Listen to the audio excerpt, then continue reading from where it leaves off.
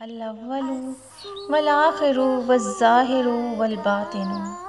یا رب العزت، اے ہماری عزتوں کے وارث، اے ہمارے رب کعبہ اور محمد صلی اللہ علیہ وآلہ وسلم، ہمارے پاس ہماری شرمندگی کے سوا کچھ بھی نہیں۔ تو جانتا ہے، دلوں کی حالتوں سے باخبر ہے۔ تو ہمارا مالک ہے اور ہم تیرے بندے ہیں، بس ہمیں معاف فرما دے۔ ہمارے پاس سوائے دعا کے کچھ نہیں۔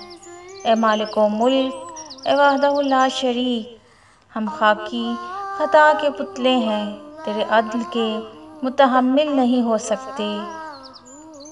ہم تیرے فضل کے امیدوار ہیں۔